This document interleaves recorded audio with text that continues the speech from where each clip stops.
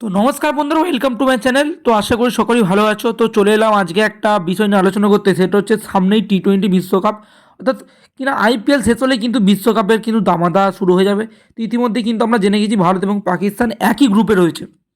তো সে সমস্ত বিষয় তো জানলাম, কিন্তু ভারতের 15 জনের যে স্কোয়াড যেটা ঘোষণা করাবে, তো সেটা কেমন হতে পারে সেটা আমরা আজ কিন্তু এই ভিডিওতে আলোচনা করব।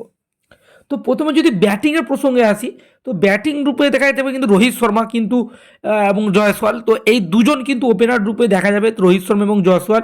তো এখানে কিন্তু একটা কঠিন সিদ্ধান্ত নিতে হবে, সেটা হচ্ছে শুভমান গিল। ভাই শুভমান গিল ট্যালেন্টেড প্লেয়ার, সে বিষয়ে কোনো সন্দেহ নেই, কিন্তু শুভমান গিলকে বাদ দিতে হবে, নাহলে কিন্তু যে 15 জনের স্কোয়াড কিন্তু সেটা রাখা যাবে না। এবং তারপরে কিন্তু যে ব্যাটসম্যান রূপে আমরা যেতে পারি সেটা হচ্ছে কিং কোহলি। তো হ্যাঁ বন্ধুরা, যে যত কথাই বলুন না কেন, বিরাট কোহলি টি-20 বিশ্বকাপ থেকে বাদ। তো আমি 100% কনফার্ম লিখে দিচ্ছি, আজ থেকে ধরে রাখতে পারো যে টি-20 বিশ্বকাপ এবারে বিরাট কোহলি খেলছে খেলছে খেলছে।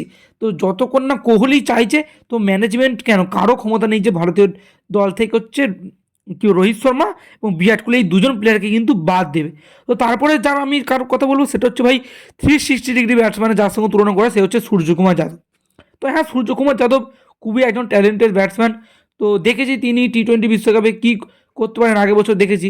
তো আমরা চাইবো যে ওয়ানডে বিশ্বকাপে যেভাবে তিনি ফ্লপ হয়েছিলেন, ঠিক সেরকম তার ব্যাকে ভয়ঙ্করভাবে কিন্তু সেরকমভাবে সে ফিরে আসুক।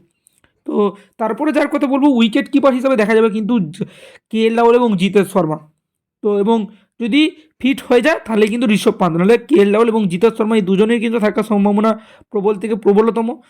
তো এই যে দুজনকে আমি এখন পর্যন্ত ধরছি।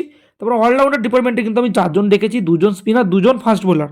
তো ফাস্ট বোলিং অলরাউন্ডার অবশ্যই হার্দিক পান্ডিয়া, যার কোনো বিকল্প এখনও নেই, যদিও শিবম দুবেকে বলছে। তো দেখা যাক, দুটো ম্যাচের ভিত্তিতে তো বলা যাবে না। তো হার্দিক পান্ডিয়া এবং তারপরে শিবম দুবে, তারপর হচ্ছে এবং স্পিন বোলিং অলরাউন্ডার রূপে রবীন্দ্র জাডেজা এবং অক্ষর প্যাটেল। তো রবীন্দ্র জাডেজা এবং অক্ষর প্যাটেল ভালোই একটা অপশান। তো এবারে বোলিং ডিপার্টমেন্টটা ভাই একটু উইক লাগছে, কেননা সামি, সিরাজ, বুমরা কিন্তু আমরা 3 জনকে দেখতে পাবো না, কারণ ম্যানেজমেন্টের ভাবনা কিন্তু সিরাজ থাকলেও সামি কিন্তু টি-20 বিশ্বকাপে নেই। তো এটা তুমি ধরে রাখতে পারো। এবার সামি যদি নিজে খেলতে চায় তো তার সঙ্গে কথা বলেছে ম্যানেজমেন্ট, তাহলে কিন্তু সামি অবশ্যই থাকবে। তো যেটা আমি বিরাট কোহলির কথা বললাম সেম। তো আপাতত আমি মোহাম্মদ সামিকে যদি নিই, তো তাহলে সামি, সিরাজ, বুমরা এবং তার সঙ্গে আর্শদীপ সিং এবং অথবা মুকেশ কুমার। তো এই দুজনে, তো আর্শদীপ সিং তো কনফার্মই ধরে রাখো। তো আর্শদীপ সিং হচ্ছে জাসপ্রীত বুমরা, মোহাম্মদ সিরাজ এবং মোহাম্মদ শামি। তো এই 4 জন কিন্তু ফাস্ট বোলিং ডিপার্টমেন্টে রাখছি। তো spin bowling allrounder Ravindra Jadeja, Axar প্যাটেলকে তো রেখেছি, কিন্তু স্পিনার হিসেবে কুলদীপ যাদব এবং হচ্ছে রবি বিষ্ণু, এই দুজনের মধ্যে কিন্তু একজন সুযোগ পাবে। এখানেও কিন্তু একটা কঠিন সিদ্ধান্ত নিতে হবে। তো সেখানে যেমন জয়সওয়াল এবং গিলের মধ্যে জয়সওয়ালকে নিতে হবে, এখানে কুলদীপ যাদব এবং রবি বিষ্ণুর মধ্যে রবি বিষ্ণুকে কিন্তু নিতে হবে, বা কুলদীপ যাদবকে নিতে হবে, ও সেটা ম্যানেজমেন্টের ওপর ঠিক হবে। তো এরকমই স্কোয়াড হতে পারে। তোমাদের কি মতামত তোমরা কিন্তু কমেন্টে জানাতে ভুলো না। তো আজ এই ভিডিওটা এই পর্যন্তই। তো ভিডিওটা যদি ভালো লাগে অবশ্যই লাইক, এবং চ্যানেলে কিন্তু নতুন হলে সাবস্ক্রাইব করতে একদম ভুলো না। আর যারা সাবস্ক্রাইব করে রেখেছো তাদেরকে অসংখ্য ধন্যবাদ।